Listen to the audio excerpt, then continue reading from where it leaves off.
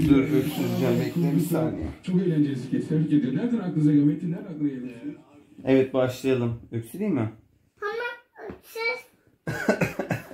Açı. Hapş! Hapş! Ne yapayım? Hadi bebek sal. Nefes alayım. Tamam. İyileşecek miyim?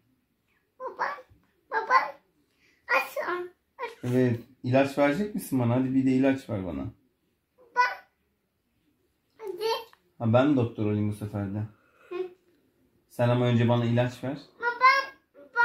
Ha, pardon. Tamam, dur bekle. Hadi öksür. Öksür. Hapşur. Açı. Bir daha hapşur. Açı. Tam alamadım. Bir daha hapşurabilir misiniz?